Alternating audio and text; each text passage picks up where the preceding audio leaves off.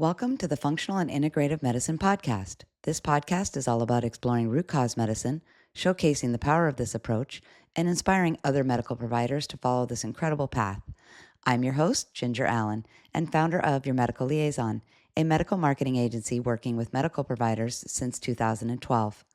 My passion for root cause medicine and provider advocacy drives me to help medical providers who have incorporated functional and integrative medicine into their practices. So let's dive in. All right, welcome to the podcast. I am excited to have Felicia Lochmiller, a powerhouse in functional nutrition and the founder of Vitality Functional Nutrition, where she helps clients break free from chronic symptoms and reclaim vibrant health. With 3 degrees from Kansas State University in human nutrition, kinesiology, and dietetics, Felicia brings a rare combination of science, strategy, and soul to her work. After spending 14 years in hospital systems, Felicia saw the same story play out again and again. Patients given medications without real answers, vague diagnoses, and told to simply live with it. Refusing to accept that that's the only path forward, she launched her practice to help people stop surviving and start thriving. Now, as a functional health practitioner and advanced training in integrative and functional nutrition, Felicia uses a root cause approach to create personalized, science-backed healing plans. Whether it's unexplained fatigue, gut issues, or hormone imbalances, she's passionate about helping clients uncover what's really going on and take back control of their health. Felicia's mission is clear: to restore vitality, energy, and hope, one person at a time. Welcome to the podcast, Felicia. Hi there. Thanks for having me. A lot of my functional medicine doctors work with functional nutritionists, but not many of them can afford to have one on staff. So they refer out to or work in conjunction with functional nutritionists. So it's really great to have you on the show so we can do some deep dive into the work that you do. I know in your bio, you gave us a little bit of information about kind of why you got into this, but can you also kind of give us a little brief overview of kind of your journey into this functional and integrative medicine? So I've been in healthcare for a while now and went through my own health struggles too as well. Had a mold exposure in my home that I had to heal myself from. And that whole journey has just led me down the functional health path so intensely. But it has been so rewarding and so healing. That's awesome.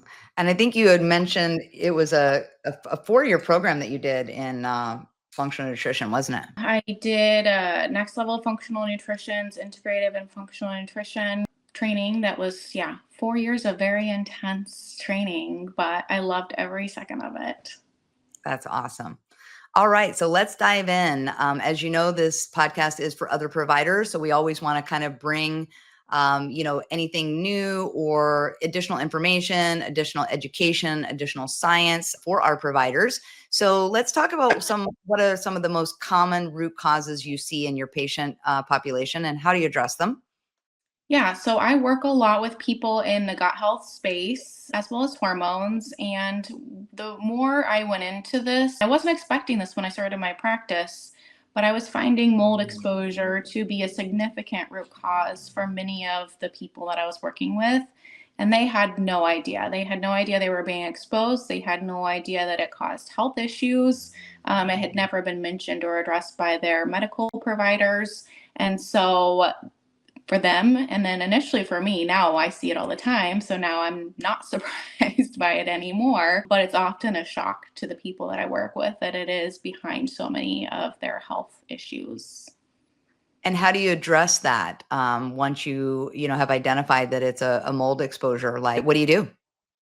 Yeah, so first step is to obviously get that person into an environment that doesn't contain those toxins and that is clean. But I would say that's the hardest step for many people because they don't know they're being exposed. They don't even know if it's in their workplace, if it's in their home, if it's in their car.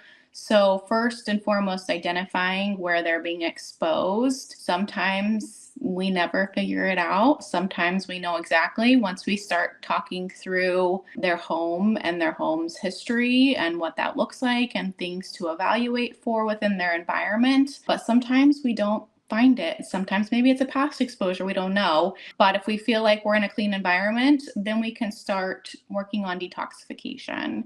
So many of these people are having SIBO type symptoms as well. So sometimes it's diarrhea, but also a lot of times we have constipation. So we've got to get those detox pathways moving. So getting the bowels moving, getting people sweating, making sure they're staying hydrated. And then depending on the person, oftentimes we need extra support in the form of supplements. Most people are pretty depleted in glutathione, making sure we're getting all of those essential nutrients for the detoxification pathways. So that's kind of the first step. Well, I guess second step, or first remove, second detox, and then third, healing the gut and fixing those imbalances within the body. So oftentimes the immune system's hit pretty hard. Mitochondrial function is not the best. But I always base it off of the patient and what they're dealing with. So based off of the testing results that we're seeing, and obviously, functional is very individualized. So what that person is dealing with personally, based off of their clinical symptoms as well as their lab work. Well, that's interesting. So that you're seeing so much mold in your practice, and what labs or diagnostic tools are you using to uncover, the underlying imbalances? So right now I am using Vibrant Wellness's mycotoxin test. It's a urine test, and I've played around with a few different tests in that space. I found Vibrance to be the most sensitive. So I was kind of hitting a wall, and I wasn't always picking up mycotoxins when I thought like the clinical symptoms and the presentation and the history of their let's say they worked in a moldy basement for many years, and it wasn't showing up, but everything else was indicating mold, but the test was negative. They just weren't detoxing. They didn't have the capacity to detox. And so it was giving me a false picture. And it's also giving the people I work with a false picture of what's actually going on. So I've been using Vibrance for a little while, and I've really found that to be very supportive in the healing process. So that's just a very extra sensitive test that will show these microtoxins that may not show up in other traditional type tests. Yeah, they're picking up, and I don't quote me on the number, but quite a few more mycotoxins than some other tests are even testing for. So let's say they've got a species that this test doesn't even test for, but because this test is testing for like 30 different types of mycotoxins, it's picking it up, or we're seeing it. Oh, very cool. And I think that's, correct me if I'm wrong, but is that environmental medicine? Have I heard about this? Is this a part of kind of environmental medicine? I've had a few docs on the show that have been working in the environmental medicine space. Is that, am I correct in that? That's kind of falls in that genre? Correct. Okay, very cool. So you're becoming, in addition to a functional and integrative nutritionist, you're becoming an environmental nutritionist. Well, after having my own exposure and having to just kind of figure all that out on my own, it forced me to learn a lot. And I think I have a unique perspective in that once you've lived something, you really truly get what people are going through on a different level and all the challenges that come along with that. There's no more challenging case to me than someone with a mold exposure. I've not found a harder one yet. So let's talk about that. Can you share a story about a patient whose life was significantly improved using your functional and integrative nutrition approach? Yeah, so I had a lady that came to me initially because she had just received a diagnosis of rheumatoid arthritis. And she was young and she was panicking. She felt like her life was going to end and she didn't know where to go or what to do. So I said, let's do some testing. Let's figure out what's going on. Her mycotoxin levels were off the charts. And I just kind of said, okay, where do you think this could be coming from? She's like, oh, my workplace for sure. Like that, it's known. And I was like, okay, this is what's triggering your immune system to kind of go off the rails here. And once we were able to remove that exposure and start the healing process, pretty early in, her antibodies for rheumatoid arthritis were gone. She didn't have them anymore. Oh my goodness. Mhm. So did she have to quit her job? Did you have to give her a letter that she had to work remote? Like, how did you get that? How did you solve that problem? We got very lucky in that she was already working partly remote. So she was able to kind of say that my health issues are requiring me to be fully remote. And thankfully, that all worked out well in her favor. Oh my God, that is amazing.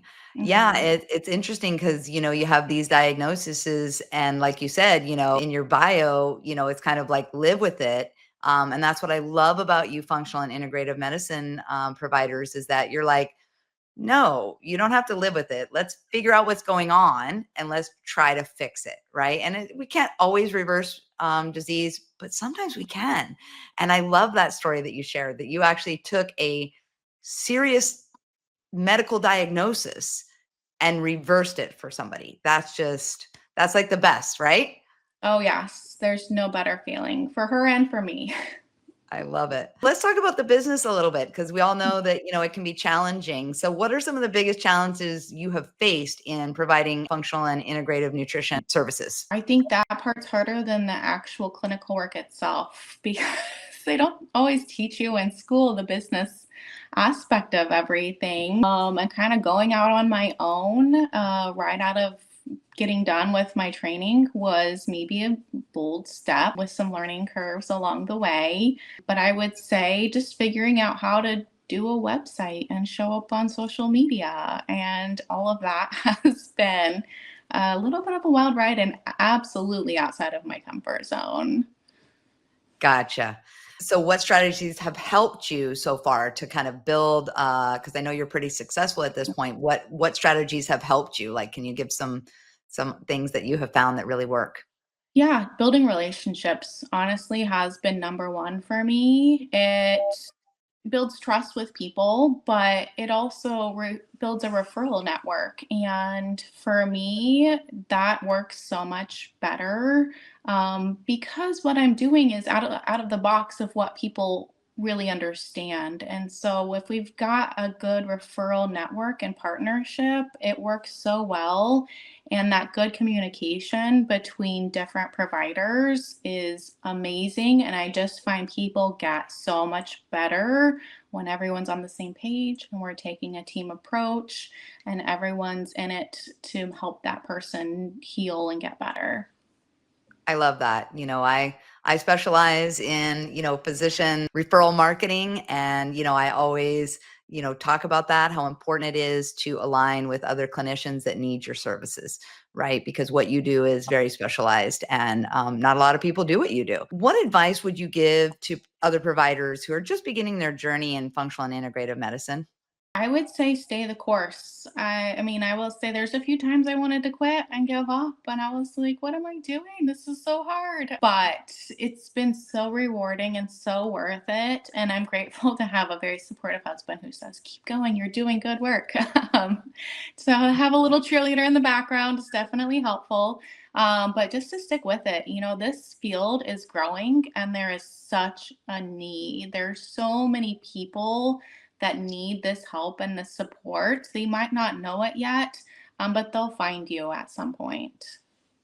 I love that. So what trends in functional and integrative nutrition are you most excited about? I know there's a ton of stuff in your toolbox, but tell us some of the things that, other functional and integrative providers should be looking at for their, functional nutrition toolbox. Like, what are some of the things that you think are really going to help providers? You cannot forget about building the foundations of nutrition, of really making sure people understand why it's so important in their healing process. I think sometimes we can kind of expedite things or try and, obviously supplements are a huge part of my practice in that healing process, but like if they don't have the foundation of nutrition and stress management and good sleep, all of these supplements and protocols and plans are going to kind of start to hit walls. Your therapeutic benefit of those is only going to go so far until those foundations are absolutely in place. But to answer your question on the things that I'm excited about, and I'm still kind of learning about these, but peptides have been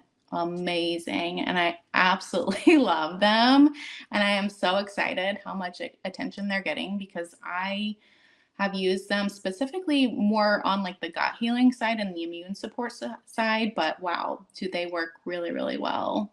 Let's talk about the foundation a little bit because we didn't get into that too much. So I know that, from doing this podcast enough that in functional and integrative medicine, each patient is unique, right? You're dealing with a unique person with unique, lifestyle, unique, past. And so when you say foundation, are you doing a foundation customized to each person?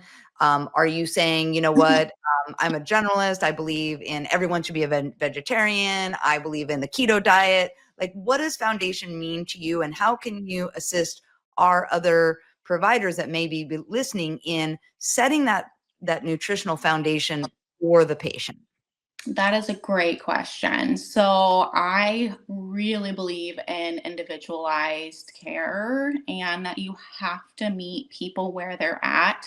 I have encountered people in such a wide variety of stages of readiness. And if you try to say you need to be gluten free, you need to be dairy free, you need to be removing seed oils, you need to be doing all these things, and they are still drinking 5 Diet Cokes a day, skipping breakfast, and not eating any protein, you're gonna overwhelm them. They're gonna fall off the wayside and never come back to see you because you've asked the impossible. So, baby steps, meeting people where they're at, obviously. But for me, the end goal oftentimes is more of an anti inflammatory nutrition plan, really watching out for the types of oils that we're consuming. I'm not a big fan of seed oils. I think many people's ratio of their omega 3 to omega 6s is extremely skewed, and it's promoting more inflammation within the body.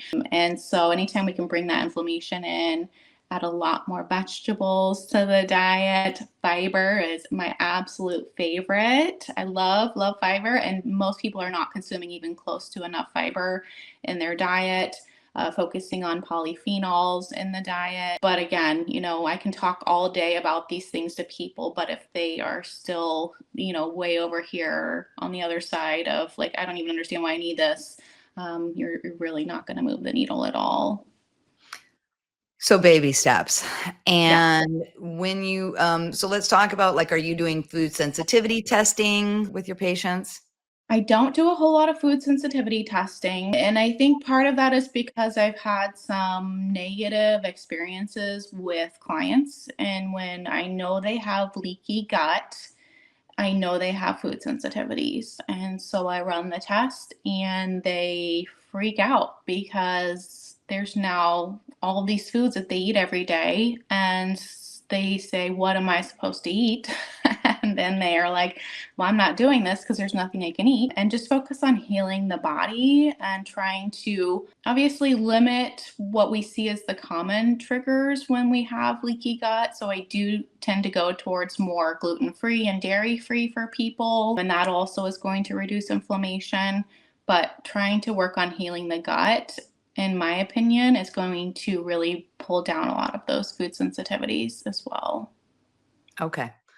Gotcha. So you already know the food sensitivities are there. And I've Yes. heard other functional doctors say this as well, that they don't really need to run all the labs. They know based on the symptoms that the person is explaining to them what is going on because they've done this stuff for so long.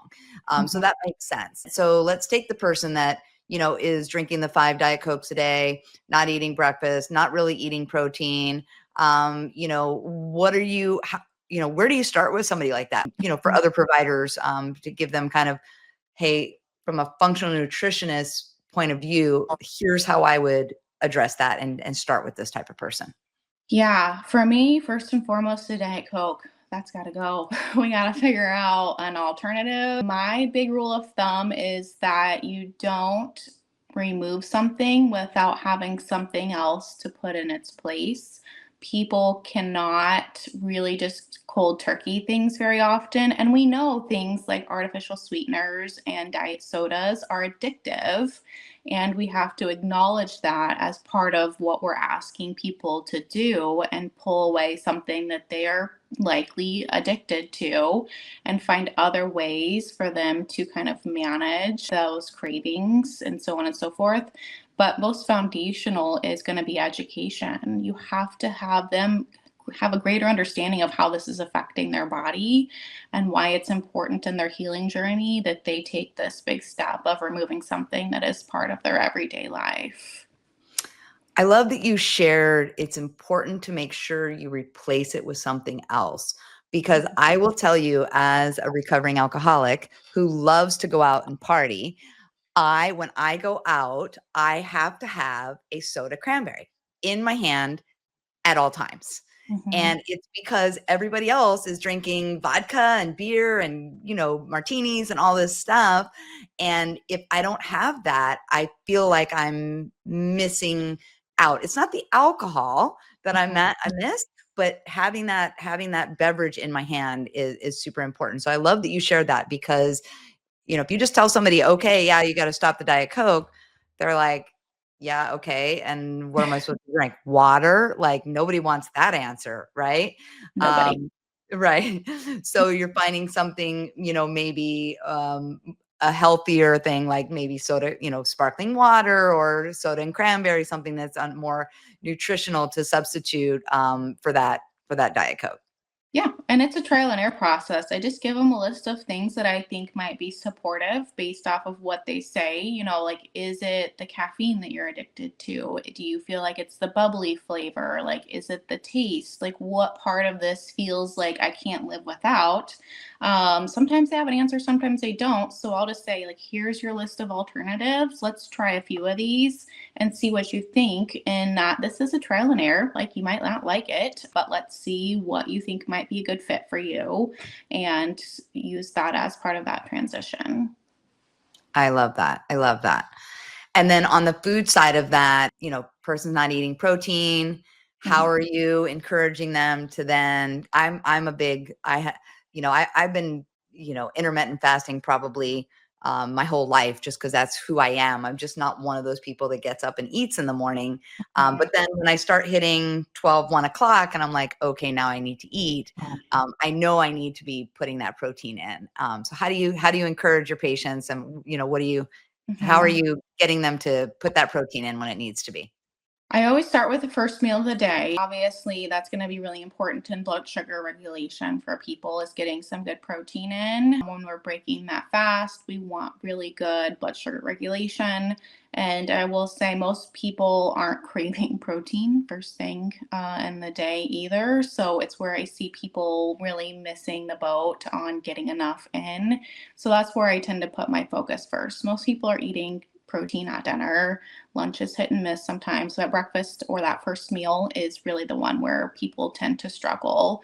So that's where I usually put my energy first and foremost with protein. Okay, great. All right. And if there's one message that you'd want listeners to take away about functional and integrative medicine, what would it be? Oh, wow. What a great question. It's the way of the future. I mean, if you're not in this space and you're in healthcare, you're behind. I mean, there's just so much more that we know that we're not doing in traditional medicine and especially in nutrition. Working in the traditional space in nutrition, it's fallen short. I Yeah. don't know how to say it any nicer than that. It's really just not addressing the things that we need to be addressing. It is very much here's your diagnosis and here's your nutrition that you need to do. It is meeting people where they're at, but I think the things that we're recommending are falling short too. So yeah, get in the space, man. It's so amazing. I love it. I love it. Oh, and then the last question we have for you is what is the best way to reach you, whether it's your website or your Instagram handle, not only for patients that might be looking for your services, but also for other practitioners, clinicians that might be looking for your services, and let us know also the states that you're licensed in. Yeah, so I am at vitalitynutrition.health is my website. You can always send me a message through that website. And then my Instagram is vitality.functional.nutrition. You can also DM me there as well. I am mostly in Kansas right now, but I do have a virtual practice and that I can see people from all over in that regard. Oh, that's right. So because you're a nutritionist, you don't have the same licensing guidelines that a physician has, right? So can you see patients anywhere in the country? I can, yes. Hey, everybody, look at that. You've got a virtual functional nutritionist at your service anywhere in the US and anywhere really in the world, right, Felicia? I haven't ventured outside of the United States too much. But There's why plenty of not? You people that need my absolutely help could. here, but We do, but I just want to, for those people that are international or those Mhm. people in Canada that listen to the podcast, I want them to know that you would be available Yeah, because, hey, nutrition doesn't change from here in Africa. nope.